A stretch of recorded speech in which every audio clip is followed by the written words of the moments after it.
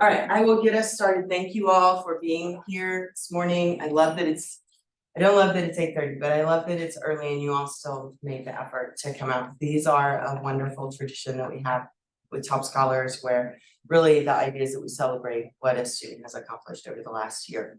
So Jose is very brave, or he signed up late and there was not another time choice. One of the two, he signed up early, right? Or let's just say the 4 o'clock slots were already taken.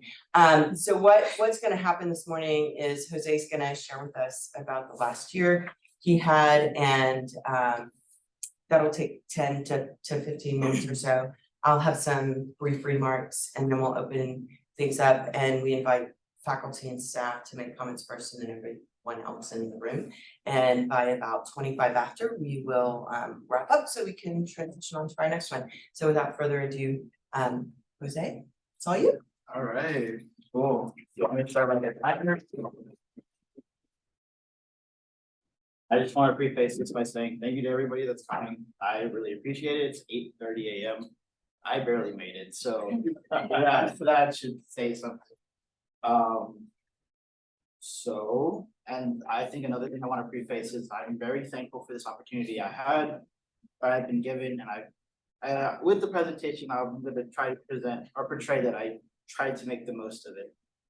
So this is the beginning of my presentation. So today we're going to be talking about 4 things today, which are knowledge, leadership, and service. And then the last thing being what's next for Jose. It was very interesting to figure out. So knowledge. So as a scholar, we have to embody this idea of knowledge. So what I wanted to do was display the things that I learned this past year. So the first thing being not being afraid of change.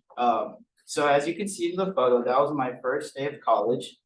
Now, if you look at me now, I like the difference just a little bit. So that was one thing to kind of embrace, was that this life is always going on, and it's always changing. So if you can't go with the flow, then are you actually living? Okay, second thing was figuring out that sleep is very, very important. So as you can see, I have my pencil in my hand, my iPad in front of me, and my eyes aren't open. In high school, I didn't really have any of these nights, but this year I definitely did. And I learned that it's very important, and I really like sleep. And then the last one is, hold on, you gotta move this up a little bit. Don't be afraid to take the leap. So there are many opportunities that come our way as scholars, and we have to know which ones to pick and choose. And that was one of the challenges I faced this year, was figuring out which challenges to take and which ones to not be afraid of, and which ones to not really go for. But as you can see, I went for it, and in the picture, and that's me in the air. It's 30 feet in the air, jumping off beam. Another thing that I learned this year accomplished this year was winning Big Rowdy Idea, which is the business plan competition. And I think that was very beneficial to my growth because of how much work that was needed to be put in to be successful in the competition, because it was a lot of work. And this is mainly where that sleep part came in, because I remember typing on that business plan, and then on the document, you could see a bunch of the same character because I fell asleep on the keyboard with my finger on a button. So that was really cool. And we won first place. So that was pretty fun. So our next thing is leadership. So these are some of the things I took up this past year. So one of the first ones was becoming an IEEE officer, which is the Institute of Electrical and Electronics Engineers, which is the professional society for my major, which is electrical engineering.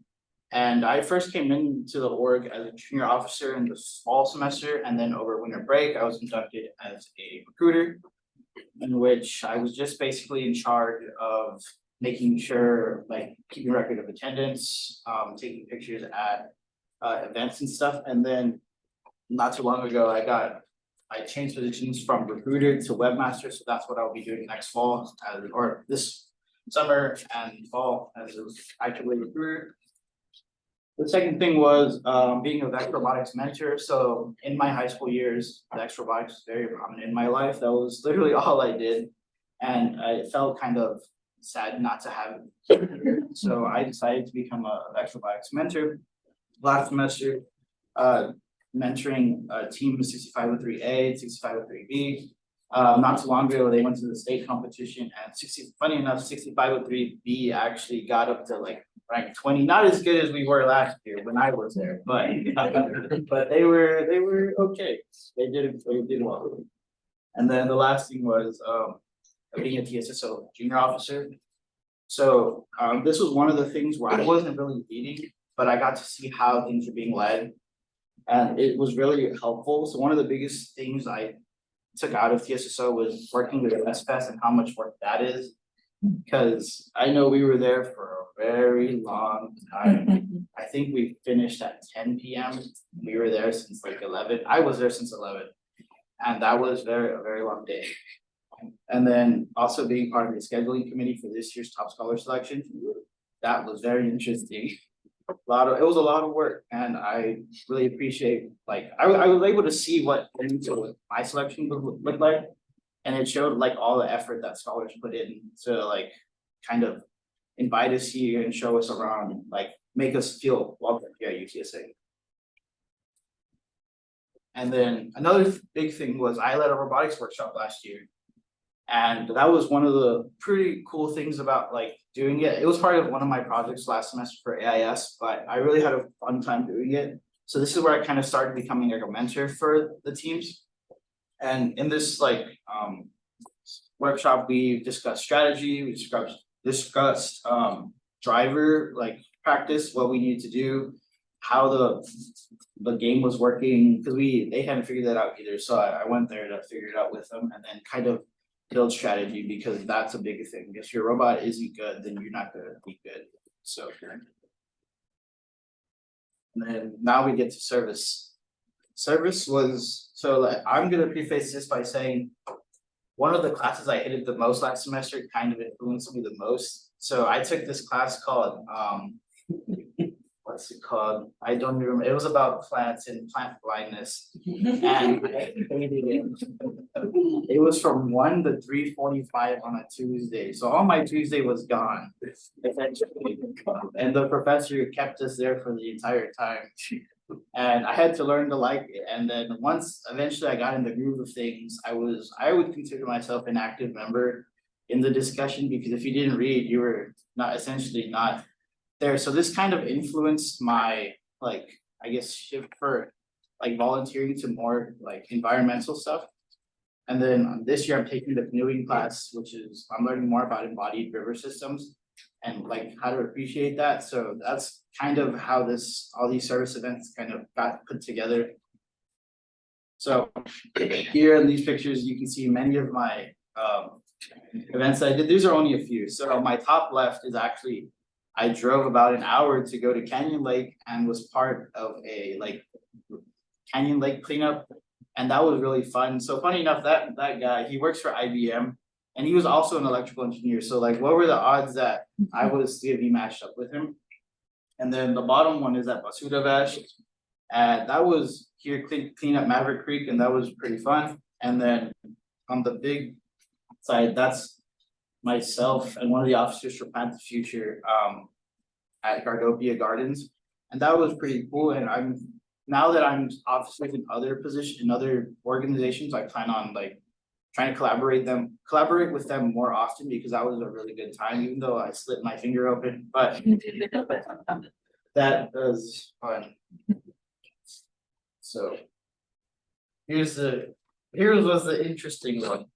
So it was all about timing. So it turns out REUs give you a very short time frame as to what you can do and what you can't do. And that was one thing I figured out firsthand with the big dilemma I had last week. So I guess I'm excited to announce that this summer I will be attending Texas State for an REU in AI and machine learning involving firefighting.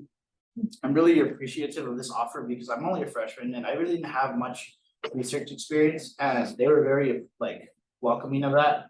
And I'm pretty excited to get there.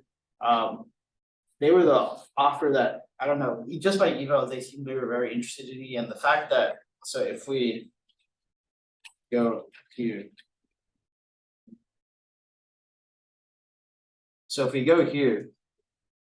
I submitted my paper, like I signed yesterday, and they already like put me on their website.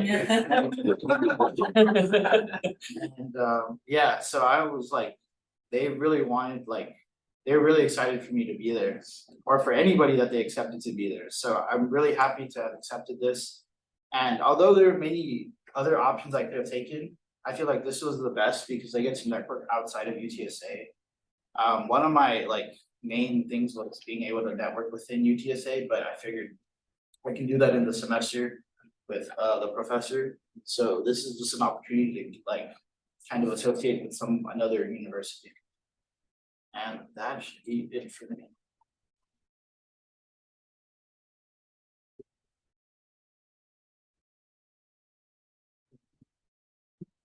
Great job. Oscar says super cool. Super cool. So I also have your paper report here. And I know you learned some woodworking. Yes. Tell us what that contributed to your year. So it kind of showed just like, it was more of a metaphor because it didn't really like, yes, I already kind of knew how to do it, but it was really about the process of doing things. And that things don't like come together overnight. So like, for example, one of the biggest things was putting all our wood together and kind of designing our paddle. And it's all about what you like build up with it, and like, and it doesn't happen in one day. So I'm still working on it right now. Yesterday we just went back downtown and put varnish on it, our second coat. So we should be able to like have it done by Friday, Thursday, which we're gonna take it out on Thursday. So the other thing that stood out to me about your report was the thing you wanted to change was your meal plan. Oh. Yeah, so I figured out, so being an engineer, like just in general, the engineering, that's my alarm, guys.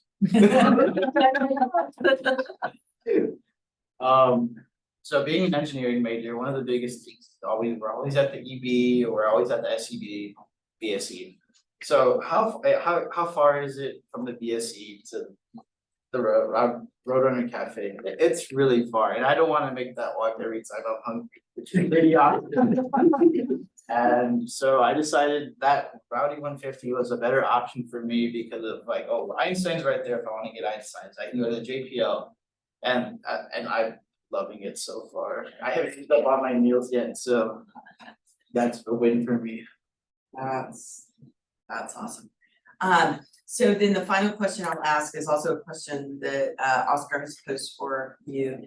AI and firefighting. So tell us just a tad bit more about that. That seems super interesting. And I'll read Oscar's question specifically as well. He says, my question is about the RU because that sounds like it's going to be an awesome experience. Tell me how you will be using AI for firefighting. Okay, so there's not very much detail on it as well, but based on what I gathered, it's essentially using AI. We're basically creating an autonomous unit. So I don't know if you saw on the website. No, you didn't, but there is. How could we have missed it?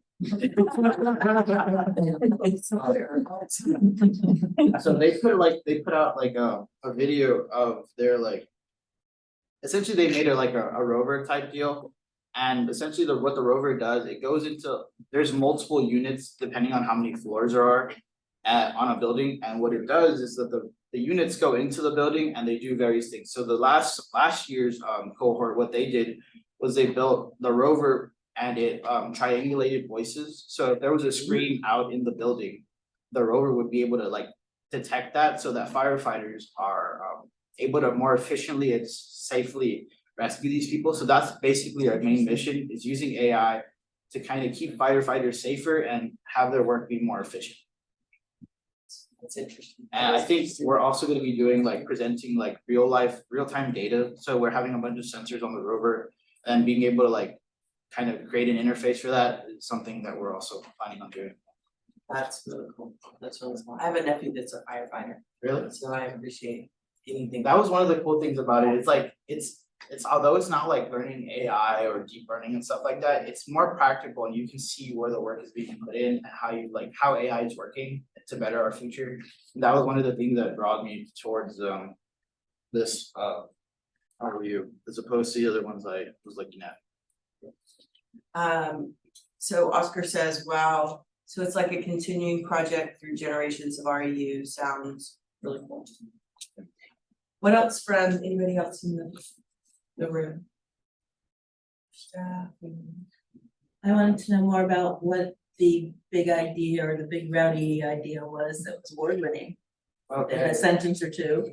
So our company was called Overwatch, and essentially what we did was we made software for service or software of service, and essentially what it did was it connected to like a dash cam within a vehicle. We were more looking at like industrial fleets like Amazon and stuff like that. But essentially what it did, it had a bunch of like computer vision like software. So we use like different like YOLO and I think I don't remember the other one, but I remember we came up like we found it. Essentially what it does, it tracks vehicles like autonomously on the highway. So if you guys were on cars, I'd be able to like kind of put a box around each one of you. And then essentially it also identifies various identifying marks. So like bumper stickers, license plate number, I think bumps in the bumper, and like vehicle make, model, and color. And then what it does, it cross-references that with various databases. Our primary database was like the Amber Alert database, because like how often are you driving on the highway and you see the Amber Alert like white pickup truck F2354556, and then at 10 seconds later you're not gonna remember that. And that was the biggest thing, that you can do that like without having to put any work in. That it's gonna be scanning. If it does pick up a match, it will send that to whatever local police department to notify them the last known location. That is cool, it's scary. Big brothers. Any more questions? One more thing from Oscar here, he says, not a question, but reiterating using a bike makes getting across campus so much easier. That's true, but I don't have a bike. And when I did, it was rented from the wreck, and it was always covered in mud because I was on the trails. Let's yes, you had a question. Well, it's not a question, it's just like a remark. Just looking at like what you've done this year, it's amazing. Speaking from firsthand experience with working on you on Overwatch, by the way, just quick detail, I was next to him when he fell asleep. I fell asleep about 2 minutes after he did. But it was great working with you in that capacity, and I think that you're gonna do amazing things wherever you go. So just great job on this year. You're doing amazing. Thank you. I know George is like thinking of a question. I'll follow up with you, I'm trying to be in your inbox. 30 questions about this presentation, but I echo Azusa's remarks. I'm very pleased to see this, and very pleased to learn so much about this world that I'm less familiar with than you. So thank you. Thank you. Any more questions? Actually, I do have a question. How do you feel like your definition of service has changed since the time you got here to where you are now? It's definitely, I think the definition is the same, but the scope of what I want to do when it comes to service is definitely changed. As of like, I think before it was more just general, like volunteering anywhere, wherever I can, and now I'm kind of more focused on like volunteering something involving the environment. So like trash cleanups, like river cleanups, stuff like that is more of my interest now, and it's more fulfilling. Like although I don't see the change immediately, I know that it's taking place. Like with that, like in this photo, you only see like 4 bags of trash that only me and him collected. But when you think about it in retrospect, there's more than just us two out there cleaning that up. And it's like it grows. And then also seeing like, so we went to Canyon Lake right after spring break. So you would expect Canyon Lake to kind of be like, or the trails be super dirty, it was spring break. And then when we walked through the trail, it's funny, like surprisingly, there wasn't really that much trash. And that was like, we were kind of bummed about it because we didn't get to pick it up. But I mean, it was still good because like there was none there to pick up in the first place. So that was always like, that was something that like made us feel good, I guess. And I think that's how it's like changed over the semester/year.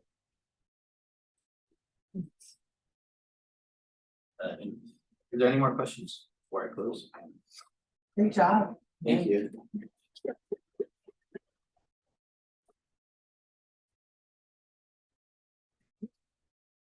Oh, forgot to mention I went to Johns Hopkins last night. We messed it up. I went in November to, actually, that photo of me at this is there. So That's right, I yeah. used my enrichment funding the last semester to go to Johns Hopkins University's Applied Physics Laboratory. And there I went to an AIAA conference it was YSPE, which is essentially young students, professionals, and educators. And what that was just a bunch of like professionals under the age of 35. They specifically said under the age of 35, so I think I did, but and they presented a bunch of. It's the time I wake up normally, but so they presented a bunch of research, and I got to like figure out more about the aerospace industry, and it was really cool because there was one guy that was actually, he went to grad school, or no, he did his undergrad at UT Austin. And that was the only other guy from Texas. Everybody else was from like the University of Maryland, Pennsylvania, and other places like that. And it was kind of intimidating because all of them were juniors and all had some sort of research to present. And I was like, oh, I don't have anything, but this was only my 3rd month or 4th month year. I didn't realize that until right now. But it was really like, I don't know. Now I'm gonna have that next time I go. So I'm pretty excited. Maybe next year I'll go. We'll see. But yeah, going to Johns Hopkins classes. I know.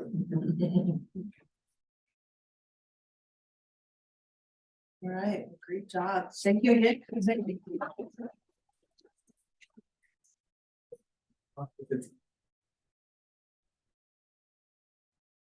think it was the same thing about the bike. Yeah,